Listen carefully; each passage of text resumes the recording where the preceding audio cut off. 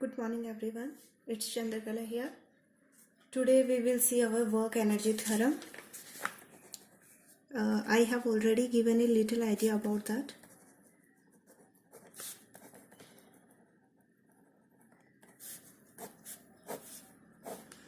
Almost every alternate year this question is asked in board exams. State and verify work energy theorem. State means a statement and verify means proof. So this is very important topic. So first of all we need to write down the statement. I'm writing in short form. You can write down full statement. That means actually what is work energy theorem?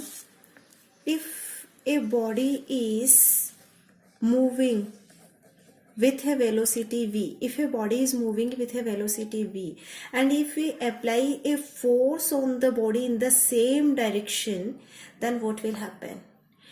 Then acceleration will be produced in the body and its velocity will increase. That means if already the body is moving with velocity v, and if we apply one external force in the same direction of the motion, then its velocity will increase, and because of increase in the velocity one acceleration will be produced.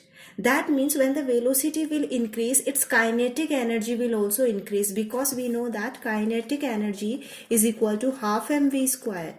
So mass of the body is constant. When v will increase, then the kinetic energy will increase. Okay, that means if we are doing some work by applying the force, or if this force is doing some amount of work, that work is equal to increase in the kinetic energy or change in the kinetic energy. Obviously if we will apply force in the same direction, its kinetic energy will increase, and if we apply force in opposite direction, its kinetic energy will decrease. So here the statement is the increase in the kinetic energy, increase in kinetic energy of a moving body, because if there will be motion, then only there will be kinetic energy, is the amount of work done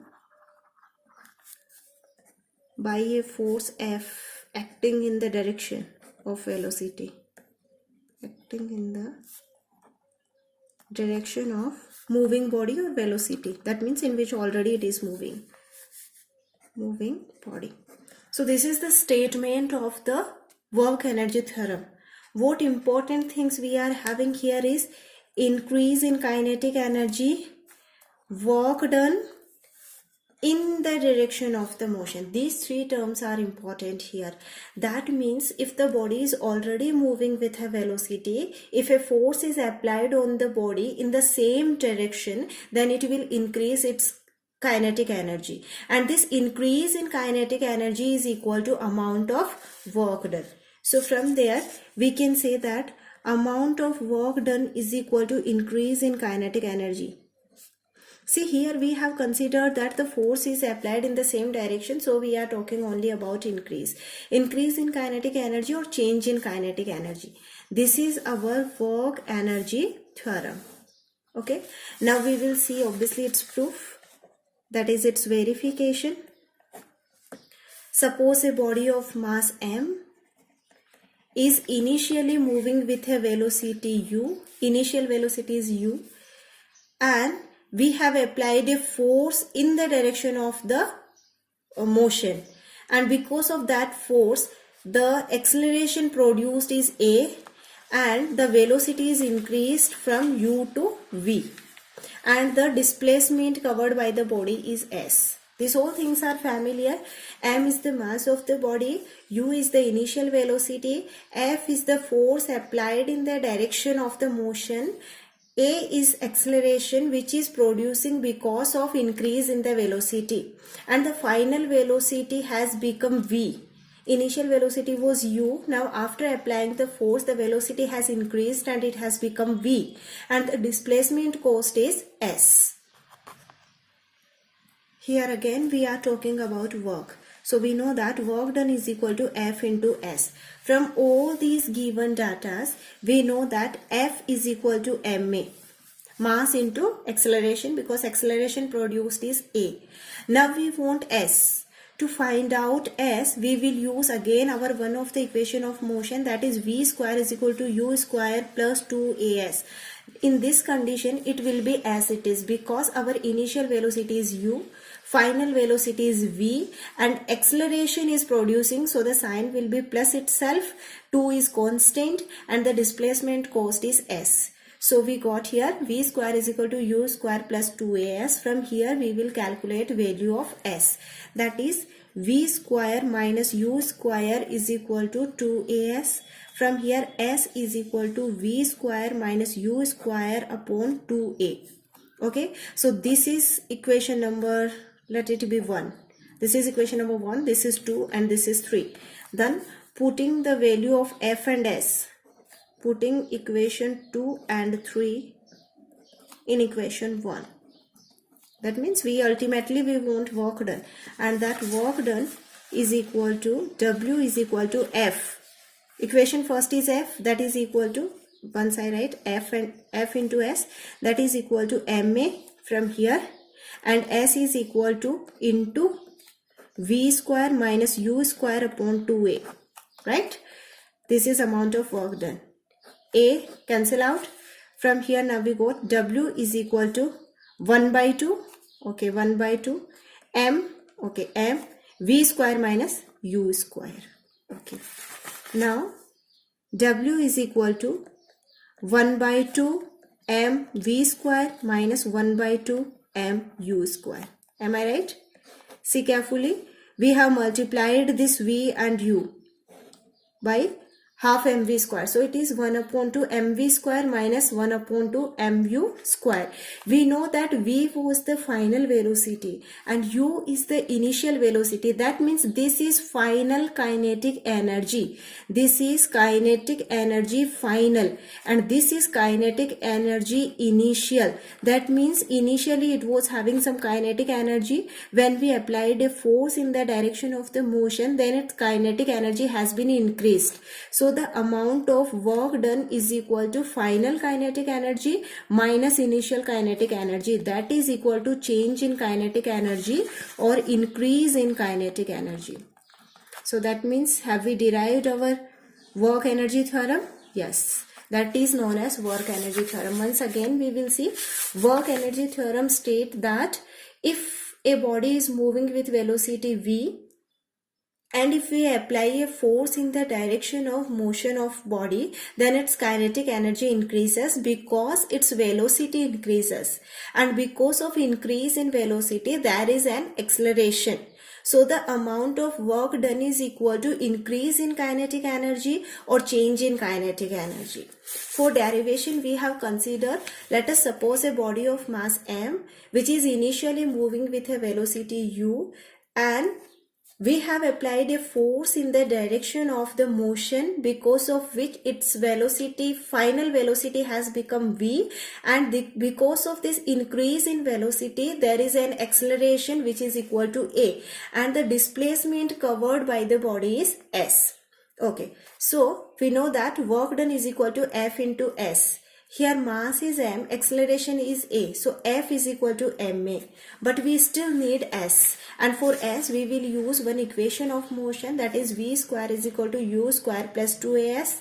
From here we calculate the value of S, and then we kept both the values of F and S, force and displacement, in the work formula. So work done is equal to F into S, and from here we got this. Work done is equal to half mv square minus half mu square. Since v is the final velocity, so this is the final kinetic energy because the energy has increased. So this value will be more than this one. This is final kinetic energy and this is initial kinetic energy. Therefore, the amount of work done is equal to final kinetic energy minus initial kinetic energy, or in other words, change in kinetic energy, or in other words, increase in kinetic energy. So most of the time this question is asked for 3 marks. So we have to prepare it very well. Now our next topic is forms of kinetic energy. That means kinetic energy is also of 3 types. First one, translational kinetic energy. Second one, rotational kinetic energy, and vibrational kinetic energy. Okay, these words translational, rotational and vibrational, this we have already studied in class 9th. We know that translational, here we are talking about kinetic energy, but before kinetic energy, we will remember one concept, that is translational motion, which is also known as a straight line motion, which is also known as rectilinear motion. Same thing is this. That means when a body moves in a straight line motion, the energy associated with that body is known as translational kinetic energy. That means kinetic energy related or associated with translational motion of the body or object. Whatever you want to write down, you can write down.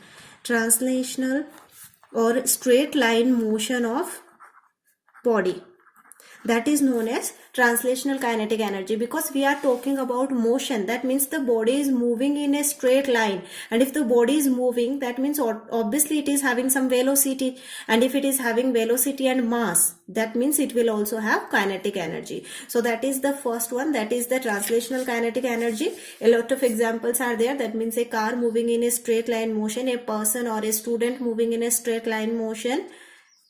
Many examples are there. That means all the straight line motions are included, or they are having translational kinetic energy. Second thing is rotational kinetic energy. We know rotation, rotational motion. Okay, in our first chapter, that is torque, we will read about it in detail.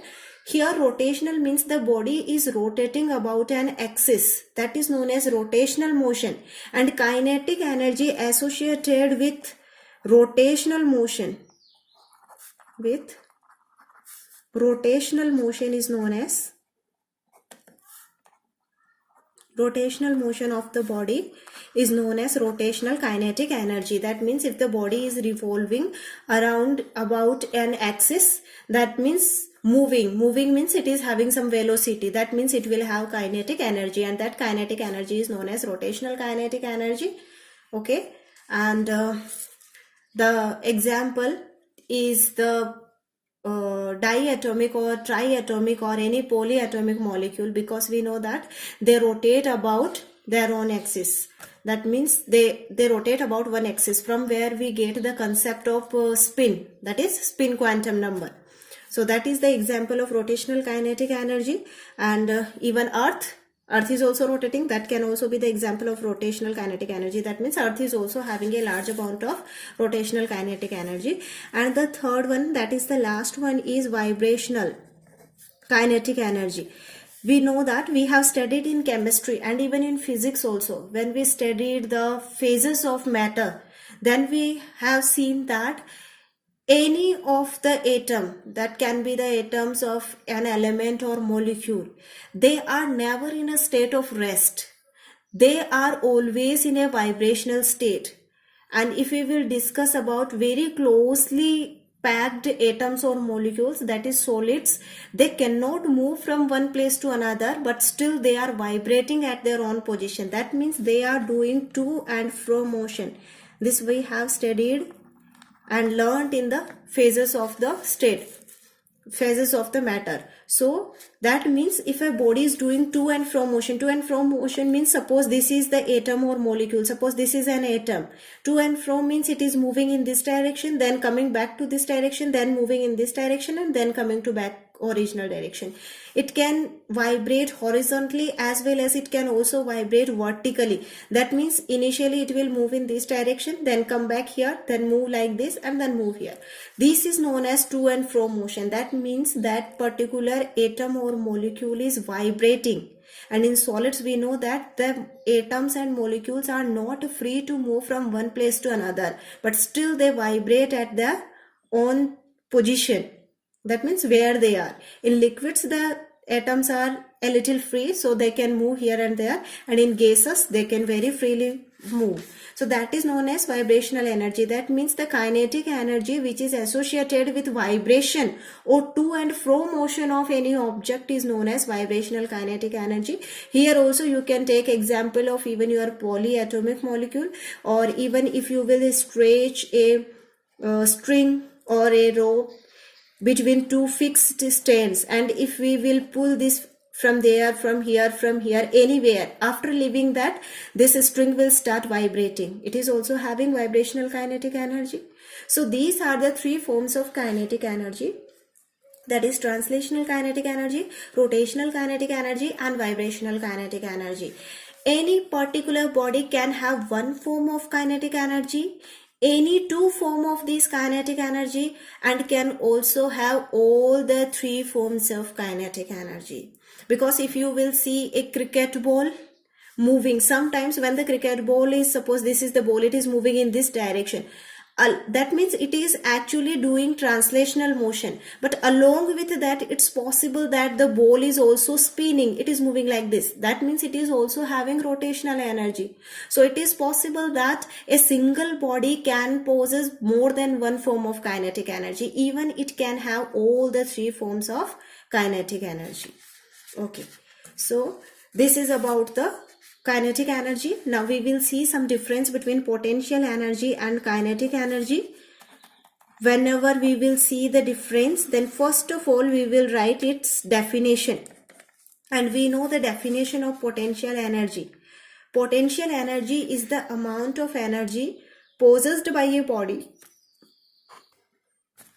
due to change in position and shape and size. Means this is responsible or caused due to change in position or shape and size.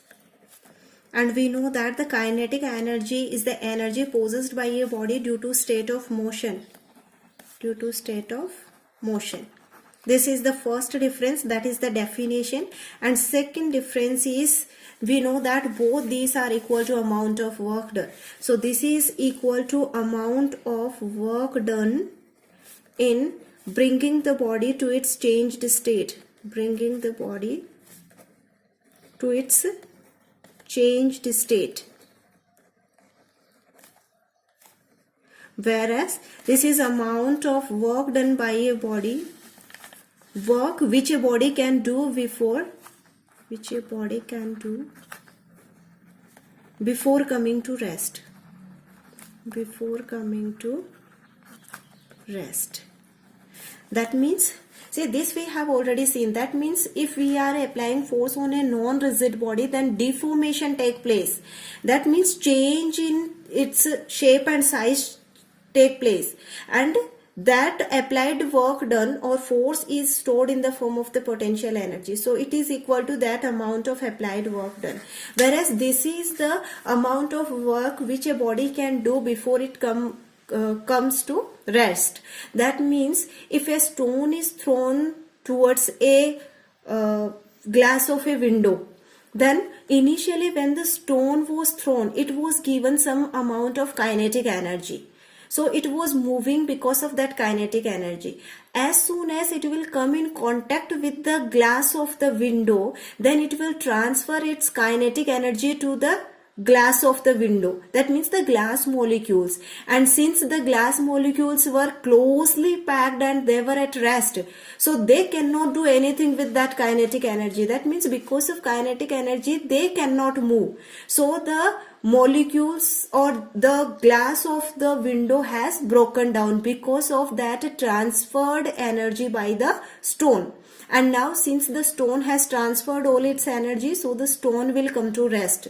So that means the kinetic energy is the amount of work that was done by that stone before coming to rest. And what work the stone has done? It has broken down the glass. So that means the amount of work which a body can do before coming to rest. That is known as kinetic energy. Okay. One more point we have seen, that is potential energy can be only changed into kinetic energy. You cannot use potential energy in any other form than kinetic energy, whereas kinetic energy can be changed in any form.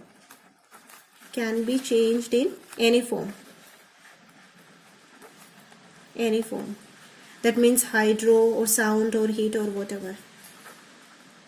So it means if you are having potential energy and if you want to change it in any other state, then first of all you will have to change the potential energy into kinetic energy, and then later you can use kinetic energy in any other form. Next and the last one, it doesn't depend on speed. Obviously doesn't depend on speed, whereas it depends on speed or velocity, because here we are having formula kinetic energy is equal to half mv square, and here we are having potential energy is equal to mgh. That means it does not depend on speed of the object, but it depends on speed of the object. So these are the basic difference between kinetic energy and potential energy. Now the next part is theoretical part. I hope you will make a reading before our next class. Thank you.